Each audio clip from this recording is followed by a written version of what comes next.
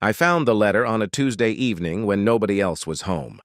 It was tucked inside my grandfather's old mahogany desk, wedged between the false bottom and the drawer itself. The envelope was yellowed with age, the handwriting unfamiliar but deliberate. The postmark read, September 14th, 1994. 30 years ago. And it had never been opened. The house was silent except for the settling of old wood and the distant hum of the refrigerator. I held the envelope up to the fading light coming through the window, trying to see through it, but the paper was too thick. My grandfather William had passed away 3 months earlier. We were slowly going through his things, and I had volunteered to sort through his study, a room that always smelled of pipe tobacco and old books, even now. But I wasn't prepared for this. The return address was partially smudged, but I could make out a name, Eleanor Hartwell. I didn't recognize it. My grandmother's name had been Dorothy, and she'd been gone for nearly 15 years. Who was Eleanor Hartwell? And why had my grandfather kept an unopened letter for 3 decades? I sat down in his leather chair, the one that still bore the impression of his body, and turned the envelope over in my hands. The seal was intact. Whatever was inside had been waiting in darkness all this time, patient and secret. Outside, the evening was turning purple. The streetlights hadn't come on yet, and the neighborhood was suspended in that quiet moment between day and night. I could hear children playing somewhere distant, their voices carrying on the cool air. Inside, the shadows were lengthening across the room, reaching toward me like curious fingers. I should have waited. I should have asked my mother or my Uncle James if they knew anything about this. But something about the weight of the envelope, the way it seemed to pulse with unspoken words, made me certain that this was meant to be discovered alone. I carefully broke the seal. The letter inside was written on cream-colored stationery, the ink faded but still legible. The handwriting was elegant, looping, the kind of penmanship they don't teach anymore. I unfolded it slowly, and the paper crackled softly, breaking its long silence. Dear William, I'm writing this letter knowing you may never read it. Perhaps that's for the best. Perhaps some things should remain buried, left in the past where they belong. But I'm getting older now, and the weight of what I've carried all these years has become too much. My heart was beating faster. I glanced toward the door, half expecting someone to walk in, but I was alone. The house held its breath with me. You asked me once, a long time ago, why I left Portland so suddenly in the summer of 1963. You said you'd always wondered. I told you it was a family matter, something I couldn't explain. That was only half true. 1963. That was the year my grandfather would have been 28 years old. He'd met my grandmother Dorothy in 1965, married her in 1966. But who was Eleanor? The truth is, William, I left because of you. Or rather, because of what I knew about you. Something you didn't even know about yourself yet. The room seemed to grow colder. I pulled my grandfather's old cardigan, still hanging on the back of his chair, around my shoulders. It smelled like him, and for a moment I felt like he was there, reading over my shoulder. That summer, I was working as a secretary at the law firm downtown. Do you remember? You'd come in every Thursday to meet with Mr. Patterson about the property dispute your father was involved in. You were always kind to me, always asked about my day. You made me feel seen in a way that nobody else did. I could picture it. My grandfather as a young man, probably wearing one of those narrow ties and pressed shirts he favored even in his later years. Always polite, always proper. But there was something else. Something I noticed that I don't think anyone else did. The letter paused here, as if Eleanor had hesitated with her pen, wondering whether to continue. A small ink blot marked her indecision. You had a visitor one afternoon in late July. A man named Thomas Reed. He said he was an old friend from the war, though I'd never heard you mention him before. You both went into the conference room, and I happened to be filing papers in the adjacent room. I didn't mean to overhear, but what I heard changed everything. I realized I had stopped breathing. Thomas Reed. The name meant nothing to me. My grandfather rarely spoke about the war, Korea, where he'd served as a medic. He'd always said those memories belonged to a different person, a younger version of himself he'd left behind. Thomas wasn't really an old friend, William. He was there to deliver a message. He told you that someone from your unit, someone named Samuel, had passed away. But that wasn't all. He said Samuel had left something for you. A confession of sorts, about what really happened that night in November 1952. November 1952. I did the math quickly. That would have been during the war, during some of the heaviest fighting.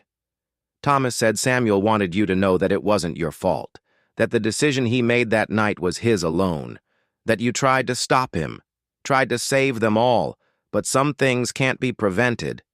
He said Samuel had carried the guilt for years, but he didn't want you to carry it anymore.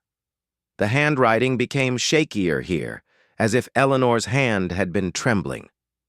I watched you through the glass window of the conference room, William. I saw your face when Thomas said those words. I saw you break in a way I'd never seen anyone break before. Silent, contained, but utterly shattered. And when Thomas left, you sat in that room alone for nearly an hour, not moving. Outside my grandfather's study, the streetlights finally flickered on, casting orange pools on the sidewalk. The house creaked somewhere above me, settling into evening. I could feel my pulse in my throat. I wanted to go to you. I wanted to ask if you were okay, if there was anything I could do. But I was young, and I didn't understand that some pain is too private, too deep for comfort. What I did understand, though, was this. Whatever happened during the war, whatever Samuel was referring to, it was something you had buried so deep that you'd almost convinced yourself it never happened. And Thomas's visit had ripped that wound open again. I thought about my grandfather, the man I'd known. He'd been gentle, thoughtful, always had a sad kind of wisdom in his eyes. He'd volunteered at the VA hospital every Tuesday. He'd never missed a single one, even in his 80s when his health was failing. Now I wondered what ghosts he'd been tending to in those hallways. The reason I left Portland, William, wasn't because of a family emergency. It was because I couldn't bear to watch you suffer and pretend I didn't know why. Every time you smiled at me after that day, I could see the weight behind it. I was 23 years old, and I didn't have the tools to handle that kind of knowledge. So I left. I took a job in Seattle, and I never told you why. I convinced myself it was the right thing to do, that your pain was yours to carry, not mine to witness. The letter continued, but the tone shifted, became more urgent.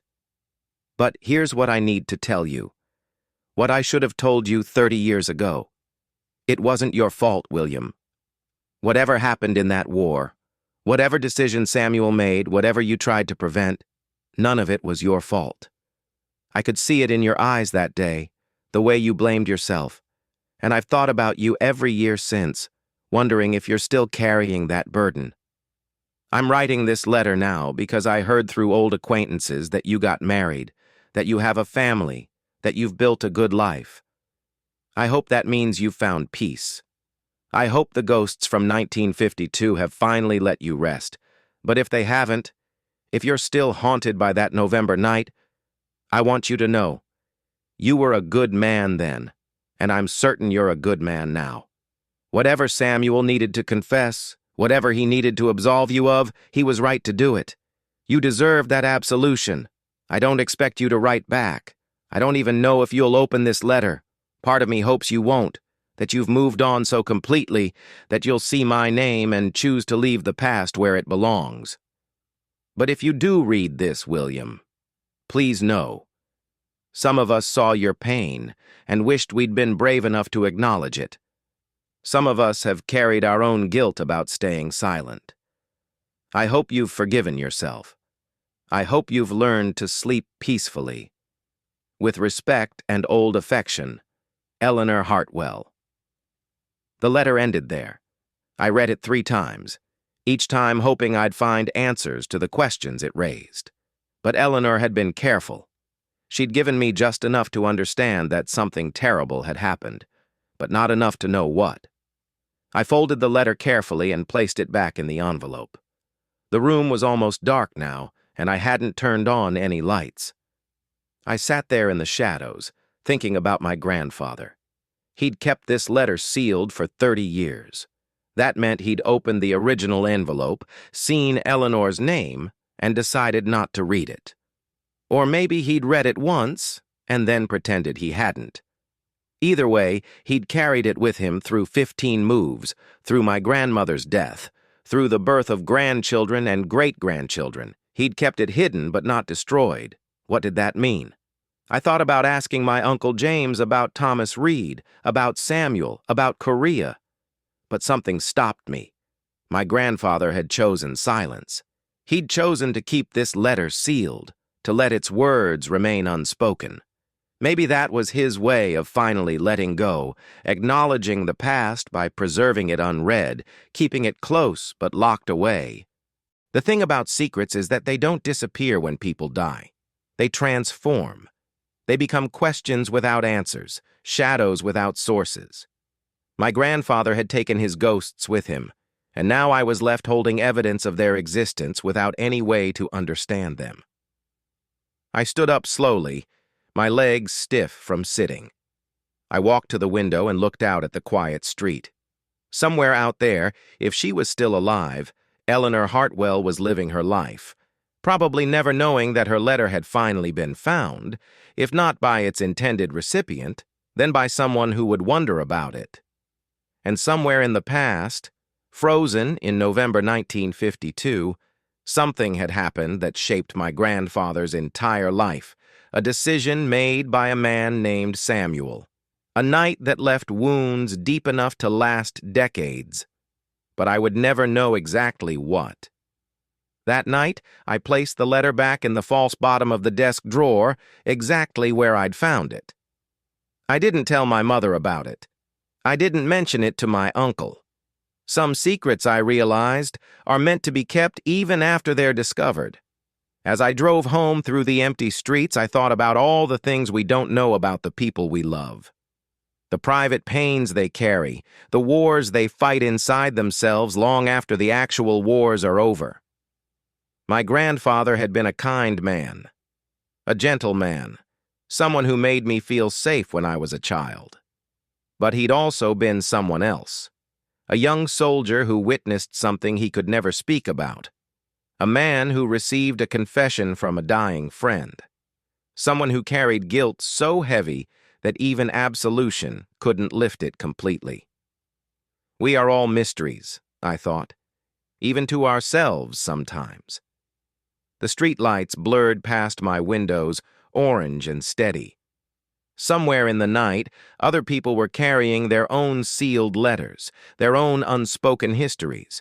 We were all walking around with past versions of ourselves tucked away in hidden drawers, waiting to be discovered or forgotten, saved or destroyed. I never did find out what happened in November 1952. I never learned who Samuel was or what decision he made, and maybe that's okay. Maybe the point of Eleanor's letter wasn't to reveal the truth, but to acknowledge that there was a truth. Something real and painful and worthy of witness, even if it remained forever unnamed. My grandfather had lived 79 years after that night in Korea.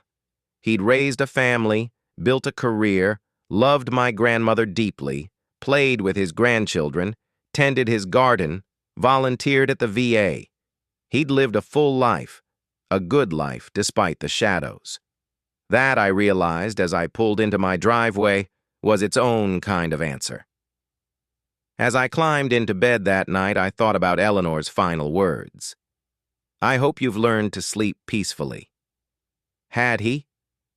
I'd never asked. He'd always seemed calm, contemplative.